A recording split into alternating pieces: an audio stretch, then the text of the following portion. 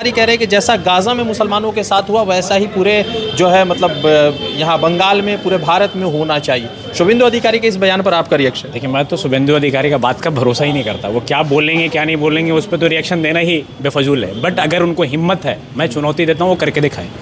Modi ji church घूम रहे हैं, मस्जिद घूम रहे हैं, नेताओं को फ्री छोड़ दिया, जो मन में आ रहा है वो बोल रहे हैं। मेरा कहना है कि एक पार्टी का लाइन क्या है, सिविल वॉर के करीब लेके जा रहे हैं। सिविल वॉर के करीब लेके जाने का मतलब है कि लोग जो आपका डेवलपमेंट है उस पर नहीं बात करके, जॉब के बारे में नहीं पूछ के, इकोनॉमी का व्यवस्था क्या चल रहा है उसके बारे में नहीं पूछ के, लोग इसी में आप उलझाने की कोशिश कर रहे हैं। बंगाल चुनाव नज़दीक है, ये 2026 का चुनाव तक यही सब चलेगा बंगाल में। कौन हिंदू है, कौन मुसलमान है, कौन सिख है। अगर हिम्मत है तो चर्च क्यों गए मोदी जी? नहीं जाते ना।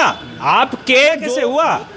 अरे पहले मालूम होता तो उस आदमी को नेता ही नहीं बनाता। उसका बाप कौन था, वो कैसे नेता बना? क्या ऊपर से आ गया? कांग्रेस ने नेता बनाया। जब कांग्रेस ने आपको नेता बनाया है, एक नैरेटिव है, ये आप भी नैरेटिव सेट कर रहे हैं। लेकिन नैरेटिव सेट इसीलिए हो रहा है कि आप सोच रहे हैं कि मैं लड़ूंगा अलग अलग तो बीजेपी आ जाएगा। अरे नहीं भाई, कांग्रेस सरकार भी तो बना सकती है। हमारे पास ये तय मान लीजिए आज कि बिना कांग्रेस के अगला जो वेस्ट बंगाल में सरकारें होगी वो नहीं बनेगी। तो बिना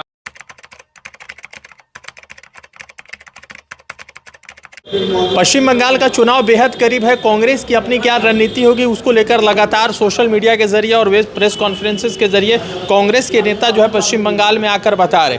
आज जो है भारतीय जनता पार्टी के पश्चिम बंगाल के अध्यक्ष और नेता प्रतिपक्ष शुभेंदु अधिकारी ने कहा है कि जैसा गाजा में मुसलमानों के साथ हो रहा है वैसा ही भारतवर्ष में मुसलमानों के साथ होना चाहिए। जिशान है हमारे साथ, कांग्रेस के युवा नेता है और नेशनल सेक्रेटरी है यूथ कांग्रेस के। इनसे जानने की कोशिश करते कि आखिर इस तरह का बयान देना किस तरह से पूरे भारत में या पूरे बंगाल के अंदर अलग तरह के माहौल को क्रिएट कर रहा है और जो नफरत है वो लगातार बढ़ती जा रही है। जिशान भाई, सबसे पहले कि शुभेंदु अधिकारी कह रहे हैं कि जैसा गाजा में मुसलमानों के साथ हुआ वैसा ही पूरे जो है मतलब यहाँ बंगाल में पूरे भारत में होना चाहिए।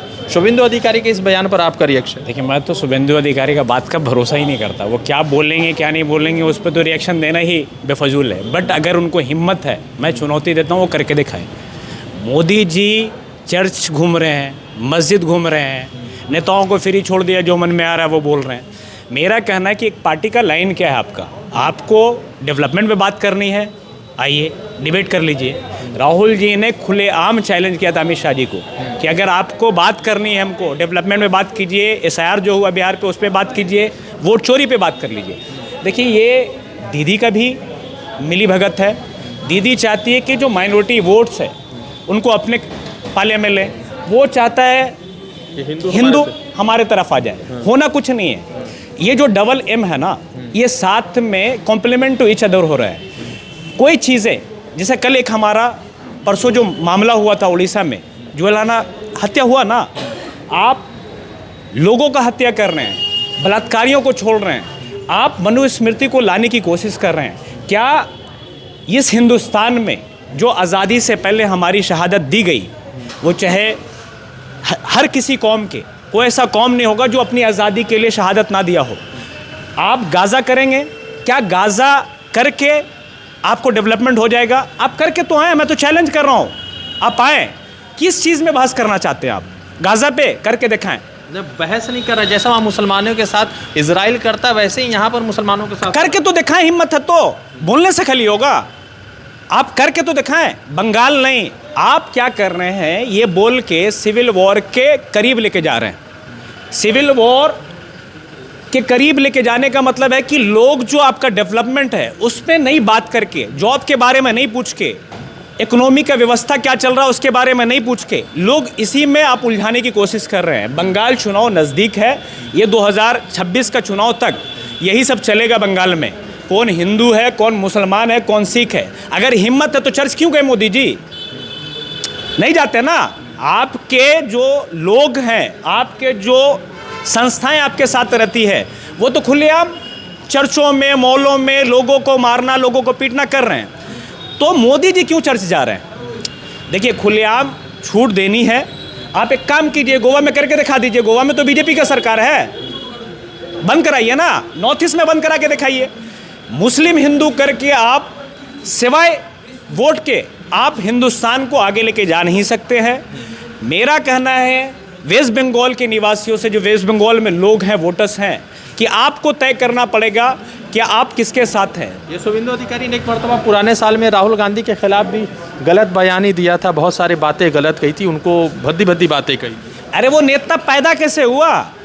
अरे पहले मालूम होता तो उस आदमी को नेता ही नहीं बनाता। उसका बाप कौन था, वो कैसे नेता बना? क्या ऊपर से आ गया? कांग्रेस ने नेता बनाया। जब कांग्रेस ने आपको नेता बनाया है तो आपके पास इतना लिहाज तो होना चाहिए कि आपको क्या बोलना है, क्या नहीं बोलना है। जिसके बारे में आप बोल रहे हैं उनके घरों से शहादतें दी गई है। नेहरू जी ने अपने 13 साल जेल में गुजारा है, इंदिरा गांधी जी ने अपनी शहादतें दी हैं, राजीव गांधी जी ने अपनी शहादतें दी हैं। आप उसके बारे में ये सब लफ्ज़ अल्फाज का यूज़ करेंगे तो कहाँ से जायज़ है? देखिए कुछ नहीं है, उनको बीजेपी में जाके जगह नहीं मिल रहा था तो राहुल गांधी को बेइज्जत कर रहे हैं। करे, क्या दिक्कत है? उनको तो मोदी जी ने भी बेइज्जत किया था, लोगों ने सम्मान दिया ना, लोगों ने सम्मान दिया तो आज अपोजिशन लीडर है। 2029 में सरकारें बनेगी, ये तय लिख लीजिए। अच्छा, बंगाल में सुना है ममता बनर्जी और कांग्रेस के अलायंस की खबरें हैं, बहुत सॉफ्ट होकर आप लोग एक दूसरे पर अटैक कर रहे हैं, तो क्या सच में कुछ अलायंस है? देखिए सॉफ्ट तो मैं कभी हुआ ही नहीं। नहीं, मतलब आपके बड़े नेताओं का क्या है वो पार्टी तय करेगी। हमारा जितना भी पीएससी में लास्ट टाइम में हमारी मीटिंग जो हुई थी, हमारा एक ही सुर था कि हम किसी के साथ अलायंस करने के लिए रेडी नहीं हैं।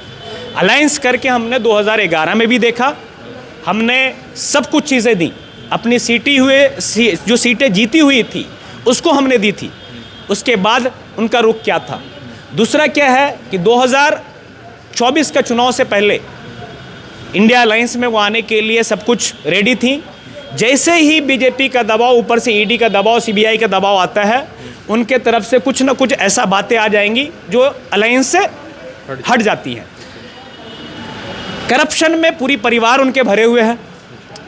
अभिषेक बनर्जी जी हों, तो आप लोग लड़िएगा तो बीजेपी जीतेगी, ये तो देखिए ये एक नैरेटिव है, ये आप भी नैरेटिव सेट कर रहे हैं। लेकिन नैरेटिव सेट इसीलिए हो रहा है कि आप सोच रहे हैं कि मैं लड़ूंगा अलग अलग तो बीजेपी आ जाएगा। अरे नहीं भाई, कांग्रेस सरकार भी तो बना सकती है। हमारे पास ये तय मान लीजिए आज कि बिना कांग्रेस के अगला जो वेस्ट बंगाल में सरकारें होगी वो नहीं बनेगी।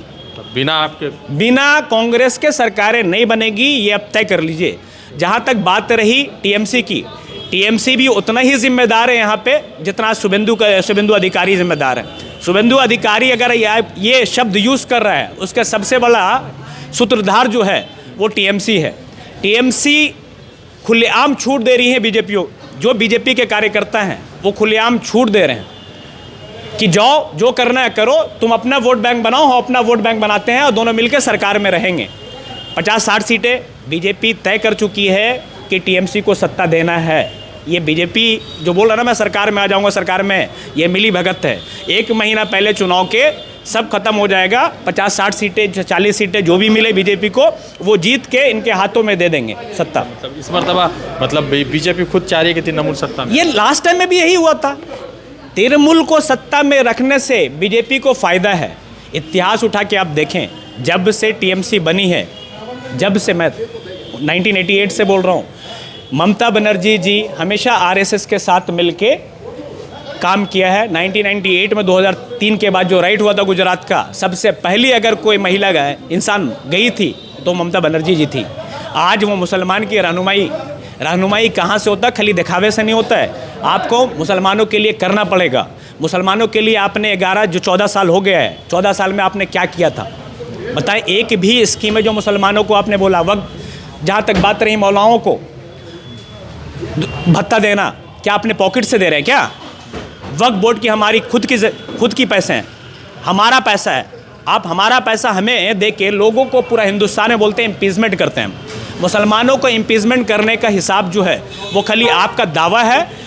बात रहे गवर्नमेंट जॉब केसेस, अब डेटा निकाल के देखें ना। मतलब इस मरतबा आपके बिना कोई सरकार नहीं बना, कोई सरकार नहीं बनेगी। कांग्रेस जिसको चाहेगी, जिसके साथ जाएगी उसकी सरकार आएगी। तो ठीक है, जिशान से बातचीत हो रही थी, जुड़ते दूसरे अपडेट के साथ। धन्यवाद।